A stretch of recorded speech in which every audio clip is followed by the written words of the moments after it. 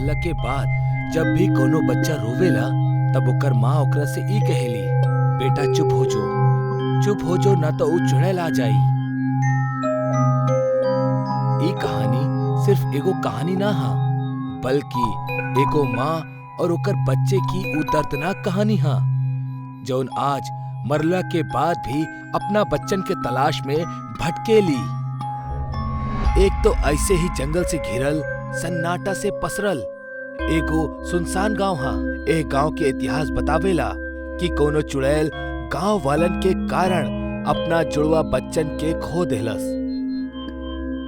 मिथुन, तोहार बहुत भाव बढ़ गइल बा। इतना सुंदर तू जुड़वा बच्चा भइल बा और अब तक दावत भी ना देहला।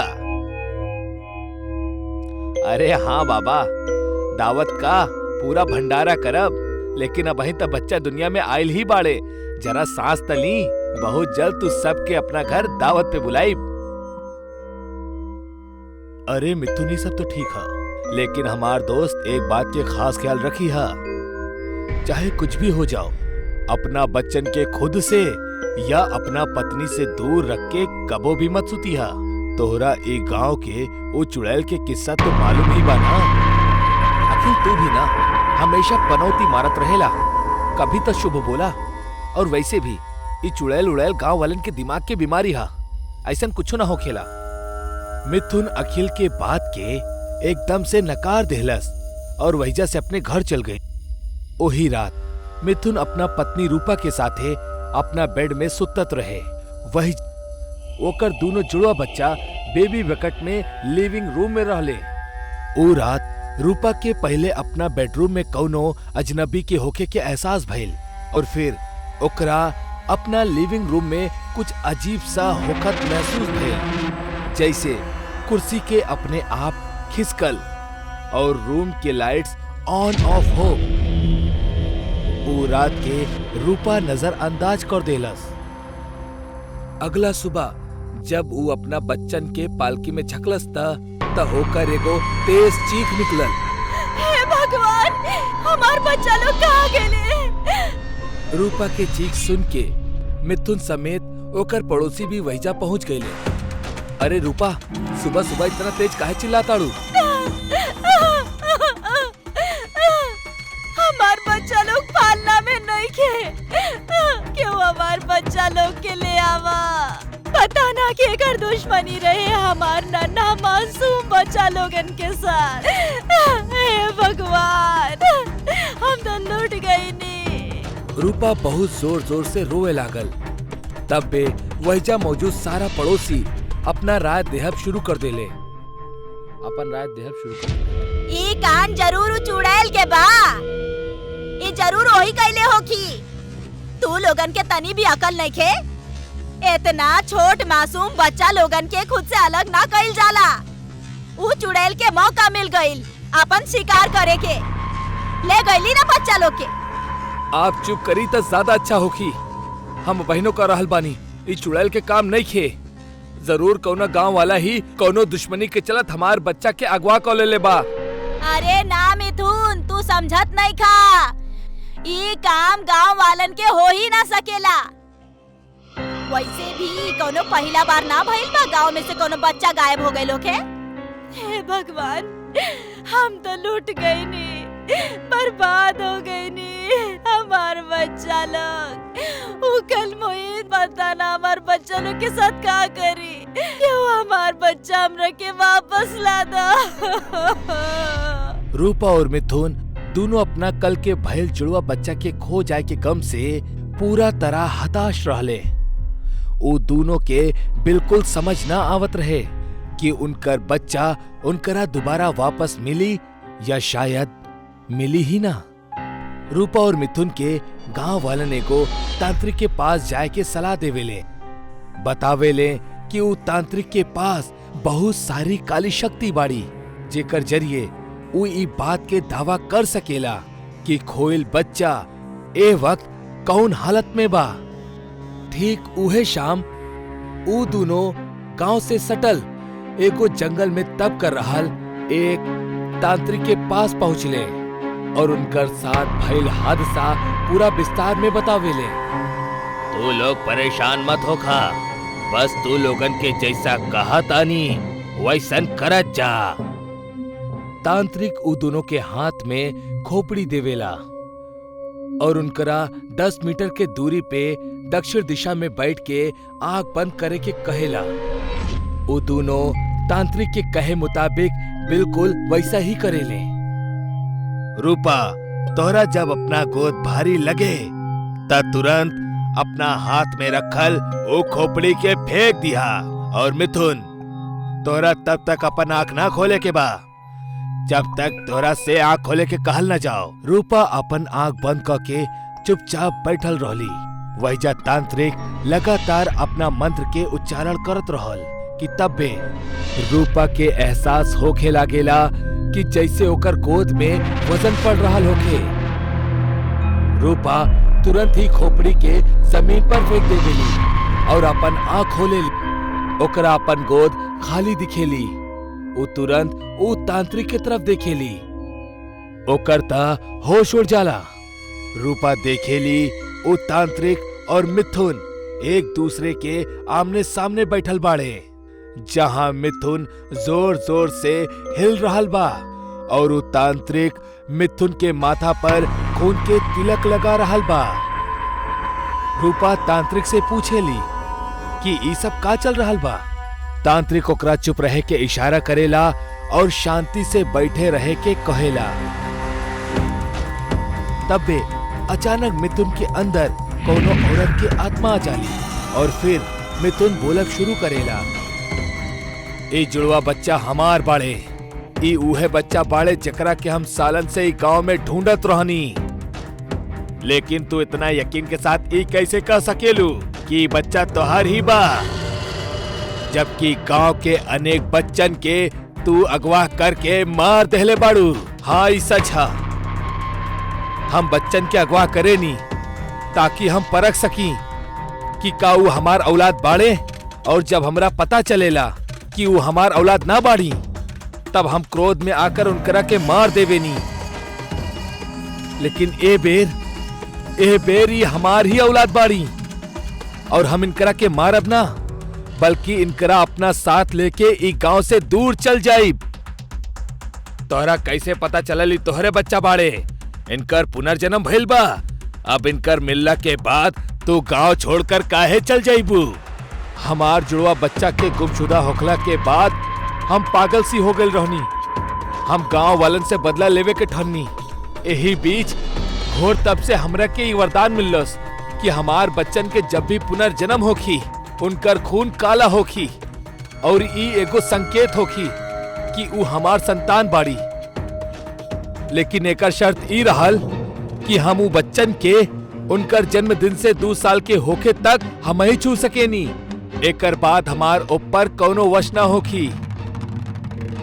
यही वजह से जब भी गांव में केहू के भी घर बच्चा होखेला ता हम ओकर घर के बाहर भटकती और इंतजार करती कब वो बच्चा उनसे दूर होखे, और जैसे ही वो बच्चा कुछ समय के खातिर अकेला बिछड़त हम उनकरा के गायब कर देती। अब जब हमके हमार दोनों जुड़वा बच्चा मिल गइल बाड़े ता अब हमार जाए के समय हो गइल बा। वरदान के मुताबिक हम ई गांव में तब तक ही रह सकत रहनी जब तक हमार बच्चा हमरा के ना मिल जाई। अब हमार ममता के प्यास बुझ चुकल बा ता अब हम जा सकेनी। इतना कहत ही मिथुन के अंदर से एगो तेज हवा बाहर की तरफ निकलेली और मिथुन बेहोश होके जमीन पर गिर जाला। वहां रूपा भी ई सब देख के बहुत रोवे लगेली और एकर साथ ही वहीजा कुछ गांव वाले भी पहुंच जाले और रूपा के संभाले ले। ई किस्सा के बाद से ओ चुड़ैल गांव में या कहीं भी गांव वालन के ना दिखाई देलस। शायद ओकरा ओकर संतान मिल गइल बाड़ी। यही वजह से ओकर ममता और ओकर गुस्सा दोनों ठंडा हो गइल बा। लेकिन आज भी जब वो गांव में बच्चा रोवेला तो ओकर माँ यही कहेली, चुप हो जो वरना वो आ जाई। सूरज के पहली किरण के साथे गांव में एगो नया सवेरा भइल। लोग अपना अपना घर से बाहर निकल के काम करत रहले। इहे बीच एगो दुकान के बाहर एगो औरत आवेली जेकर नाम रेखा रहल। रेखा अपन आधा घूंघट अपना होंठ से दबा के रखले रहल। भाई, हम काम के तलाश में आयल बानी। अगर आपके पास कोनो काम होखी तब बता दी, कौनो भी काम कर ले हम। अरे कौन सा गांव से बाड़ू? ई गांव के तना लागेलू। दूर गांव से आयल बानी। हमरा साथे हादसा भइल बा। तब बे जोर के हवा चलेली। रेखा के घूंघट उड़ जावेला। रेखा के आधा जलल चेहरा सब लोग देख के डर जावेले। हे भगवान, ऐसन डरावना चेहरा हम अपना जिंदगी में पहले कबो न देखले रहनी। अरे ई त हमरा के एक आंख वाली डायन दिख रहल बाड़ी। ना ना, आप लोग गलत समझ रहल बानी। हम कोनो डायन नहीं खी। कृपया करके हमरा कोनो काम दे दी। पागल हो गइल बाड़ू का तू? हमरा के का हमार दुकान बंद करावे के बा? ई गांव में दोबारा कबो दिखाई मत दिहा। रेखा के आधा जलल चेहरा देख के लोग ओकरा के अक्सर डायन बोल के भगा देहल करेले। रेखा 2 दिन से भूखी प्यासी काम के तलाश में गांव-गांव घूमत रहे। कमजोरी के वजह से चक्कर आ रहल बा। एक गांव में कारखाना बा। पूछ लेता नहीं, शायद वहाँ कोनो काम मिल जाए। भाई साहब, एक कारखाना के मालिक के बा। हमरा काम के जरूरत बा। का आप हमरा काम पर रख सकेनी? हमरा भी काम करे वालन के जरूरत बा। आप एहिजा काम कर सकेनी। तब बे रेखा बेहोश हो जाली और बाकी औरत भी दौड़त चलावेली। ऊ लोग रेखा के आधा जलल चेहरा देखेली। देखे में त डायने लागेली। हमार मानी त एकरा के भगा दी मालिक, भगा दी एकरा के। अरे डायन वायन कुछ ना होकेली। तू लोग अबहीं भी कौन सा सदी में जियताड़ू? सुरेंद्र कुमार पानी के कुछ छींटा रेखा के मुंह पे छिड़केला, जिससे रेखा के होश आ जाला। का तू ठीक बाड़ू? अचानक से बेहोश कैसे हो गईलू? 2 दिन से भूखी बानी, जौन वजह से हमरा के चक्कर आ गइल। ठीक बा, कुछ खा ला, फिर आज से ही काम चालू कर दिया। का? आज से काम चालू कर दा? आपके दिखाई ना देवेला ई डायन बाड़ी डायन। हम एकरा के एक पल भी यहाँ ना रहे देब। थोड़ा समझल करा, केहू के भी ऐसे ना बोले ले। दीदी, हमार पति शराब पी के हमरा मारत रहे, कबो लात से कबो घूंसा से। एक दिन वो बहुत शराब पी लेलस और हमरा के जलत चूल्हा में डाल देलस। दीदी, हम तब से ऐसन हो गई नहीं। और तोहार पति शराब पी पी के ओकर लीवर खराब हो गई। महीना पहले वो मर गई। बहुत बुरा भइल बहन तोरा साथे। सुन लेलू, मिल गल तोरा के तसल्ली। झूठ भी था बोल सकेली। हमरा त एगो डायन ही लागेली। चुप मनुष्य कहीं के। तोहरा के ऐजा ना रहे के तो ना रहा, लेकिन आज से ई बहन यही जे काम करी हैं। आप खाना खा ली, थोड़ी देर आराम भी कर ली। जी। कारखाना में काम कर रहा औरतन के रेखा से अब वहीं भी डर लागत रहे, काहे कि ऊ सब ओकरा डायन समझत रहली। उहे रात सुरेंद्र कुमार के बेटा नींद में तड़पे लागल। ऊ बच्चा बेचारा सांस ना ले पावत रहल। लागता ऊ डायन हमार बेटा के मार रहल बाड़ी। बच्चा सांस लेवे के कोशिश करत करत मर गई। हमार बेटा ये सब डायन के कइल रहल बा। हम तारा के बोलत रहनी ना, ये सब तो हर वजह से भइल बा। हमार बेटा। सुरेंद्र अपना बेटा के तड़पत देखलस और ओकरा अपना पत्नी के बात पे यकीन आ गइल और वो भी रेखा के डायन मान लेहलस। आज तो हम ओकरा के मार ही देहब। हमार बेटा के खा गई लावथी डायन कहीं के। सुरेंद्र कुमार रेखा के गांव के चौराहा पे बांध देहलस। जौन इंसान तरह के काम देलस, खाए के देलस, ओकरे बेटा के खा गेलू तू। डायन कहीं के मारा, एकरा के मार डाला। भगवान खातिर हमरा के छोड़ दे, हम कोनो डायन नहीं की। सुरेंद्र के गुस्सा शांत ना भइल। ऊ एगो मसाल उठौलस और रेखा के जिंदा जला देहलस। रेखा वहीजे तड़प तड़प के मर गई। फिर कुछ दिन बाद तेजल आधा रात के कारखाना में काम करत रहे। तब बे दरवाजा अपने आप बंद हो जाला। के बाऊ? हाँ, पीछे से केहू तेजल के बाल खींच के घसीटे लगेला। के बा? हमरा के जाय दा, हमरा के जाय दा, हमरा जाय दा।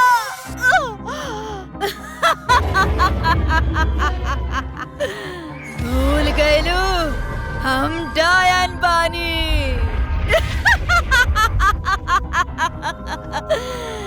एक आंख वाली डायन तेजल के चलत चलत मशीन में फेंक देहलस। ओकर खून के छींटा चारों ओर फैल गईल। तेजल के कटा हुआ सर देख के सुरेंद्र कुमार और जानवी बुरी तरह से डर जाले। अरे ई कैसे हो गई? सुनी जी, हमरा बहुत डर लग रहल बा, बहुत डर लग रहल बा। तू घरे जा, हम एकर लाश ठिकाने पे लगाओ तानी, वरना सबके लागी हमनी ही एकरा के मार देले बानी। चुपचाप घर में जाके बैठ जा, हम आओ तानी थोड़ा देर में। हे भगवान, ये सब कैसे हो गई? कहीं कहीं वो डायन त ना? डायन के देख के जानवी डर जाली। हमरा के जाय दा, हमरा के जाय दा, हमरा के जाय दे। तू हमरा के जाय देल रहलू? बोल।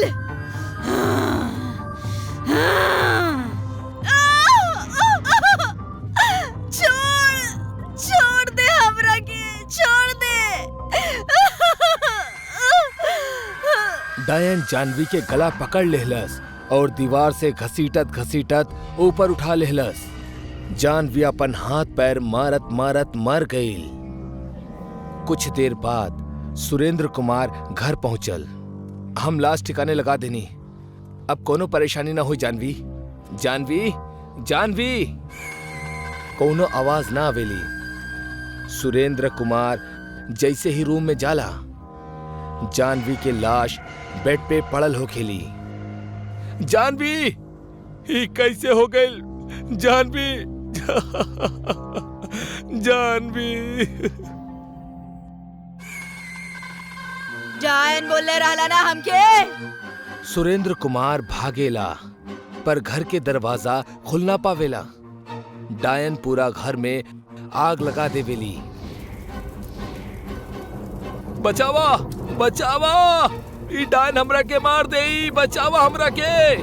डायन सुरेंद्र कुमार के पैर पकड़ के आग में चल जाली।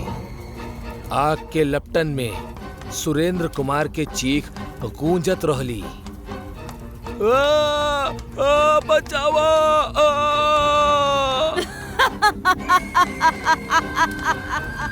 आखिरकार ये लोग हमरा के डायन डायन बोल के डायन ही बना देलस। एक आंख वाली डायन।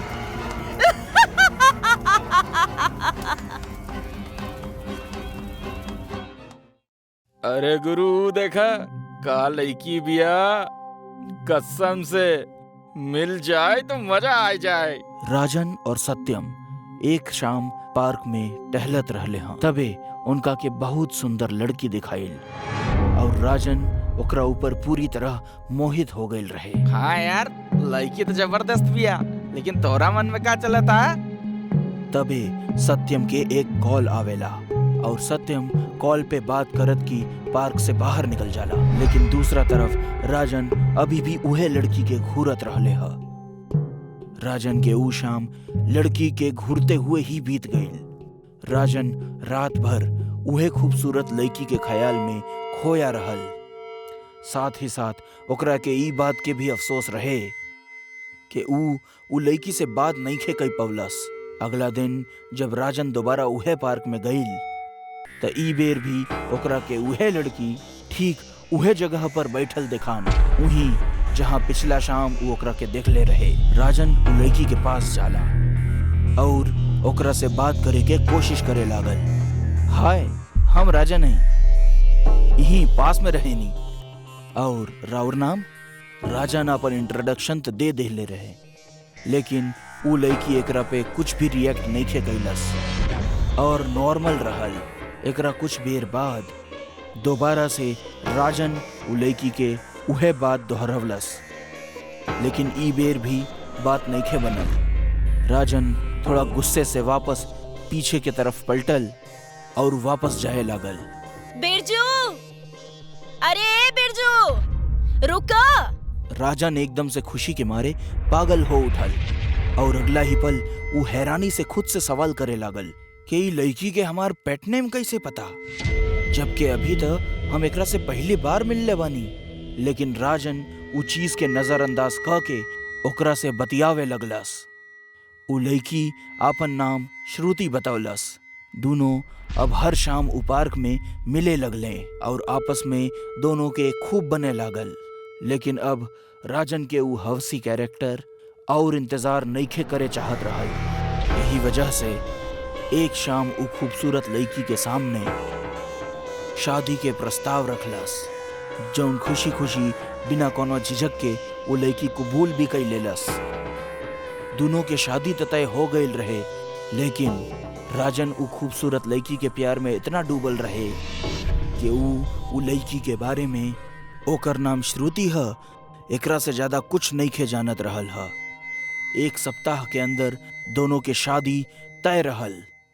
सब केहू राजन के जल्दबाजी से नाखुश रहले, लेकिन राजन के केहू के भी सजेशन से कोनो फर्क पड़े वाला ना रहे।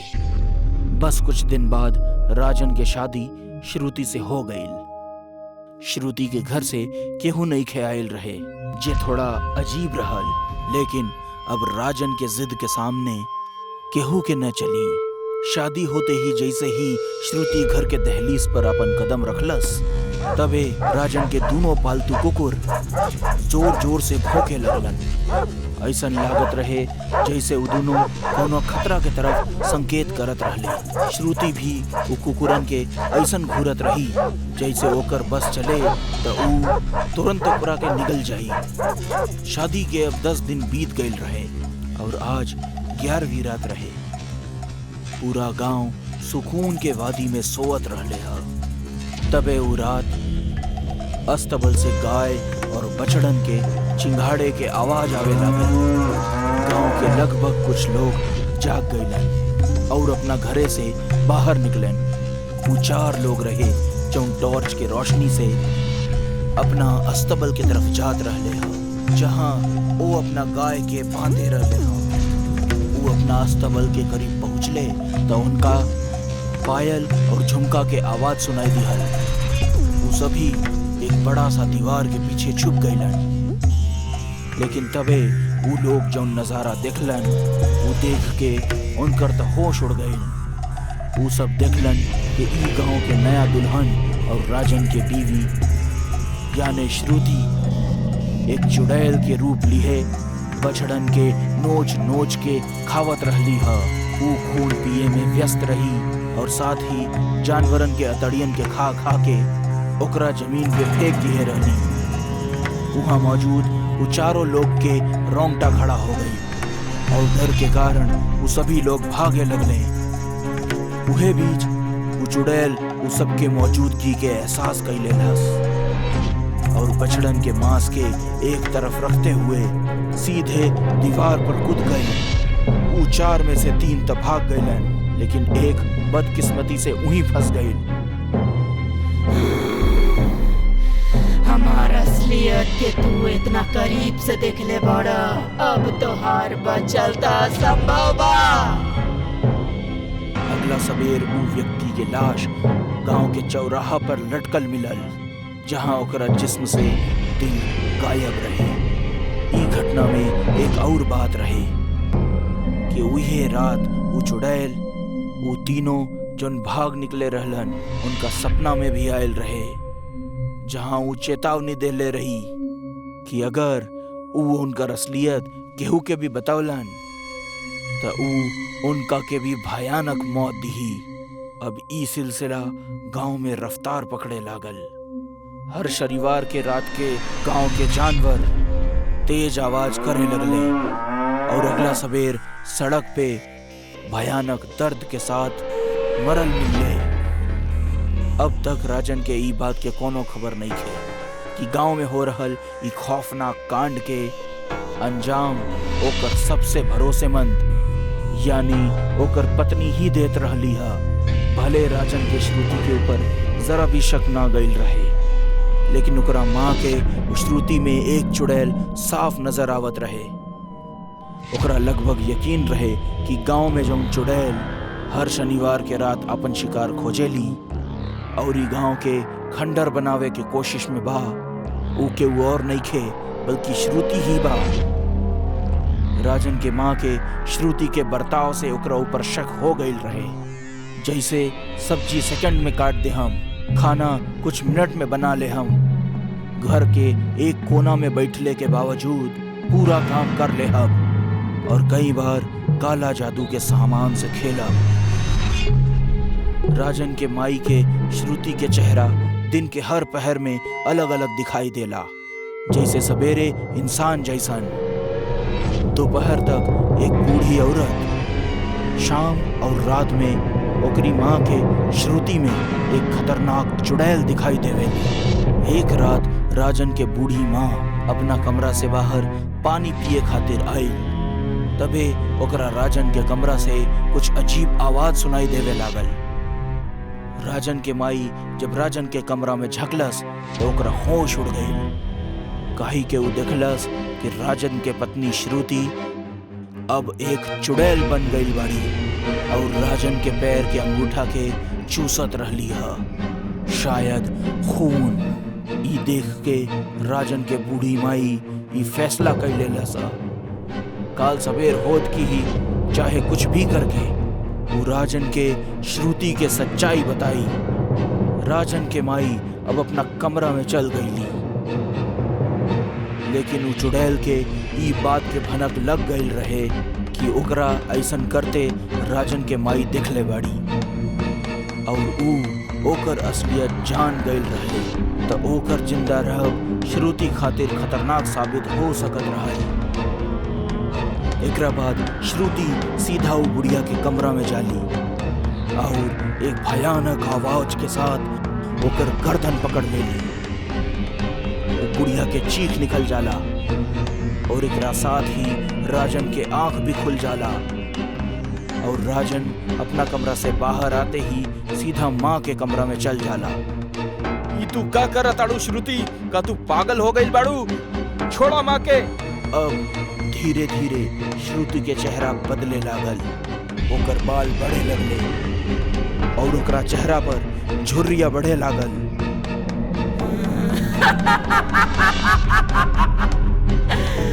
तहरा का लागेला हम तहरा के प्यार करतानी ना, तू तो हमार बस से कोई गांव में पहुंचे के जरिया रहला। सालन पहले हमार माँ अवंतिका के तू लोगन जिंदा चला दे ले रहला, हम ओकरे बदला लेवे आइल बानी। अवंतिका वो डायन जे गांव के मासूम बच्चा के बलि देत रहली। हे भगवान! ए चुड़ैल, हमरा माई के छोड़ दे वरना हम अपना बंदूक से तोहरा के मार दे। वो चुड़ैल राजन के माँ के एक कोना में फेंक देलस और सीधा राजन पे झपटलस। एकरा बाद वो राजन के गला में अपन दांत गड़ा देवेली और राजन के तड़प तड़प के वही मौत हो जाला। बुढ़िया के दिल का दौरा पड़ गई और ओकर भी मौत हो जाला। लोगन के कहना बा एकरा बाद ऊ चुरैल ऊ रात ऊ गांव में मौजूद केहू भी शख्स के जिंदा ना छोड़लस, सबके मार देहलस, केहू के जला के केहू के कत्ल कर देहलस। लोग कहेले कि सालन पहले कोई अवंतिका नामक डायन ई गांव में रहत रही, जे गांव के मासूम लड़कन के बलि देत रहली। जब लोगन के पता चलल त ओकरा गांव के चौराहा पे बांध कर जिंदा जला देलन, लेकिन ओकरी बेटी पर केहू के नजर ना पड़ल। आज 22 साल बाद उहे बिटिया आयल बा बदला लेवे और ऊ पूरा गांव के शमशान बनाए दिलस। दोस्तों, राजन के एक गलती के अंजाम पूरा गांव के भुगते के पड़ा। अगर रउआ के भी ऐसन कोनो लड़की दिखाए जे देखे में बहुत खूबसूरत होखे लेकिन अनजान हो, ओकरा से दूर रहे में ही भलाई बा, काहे के अक्सर खूबसूरत चेहरा के पीछे ही नकाबपोश शैतान बसेले।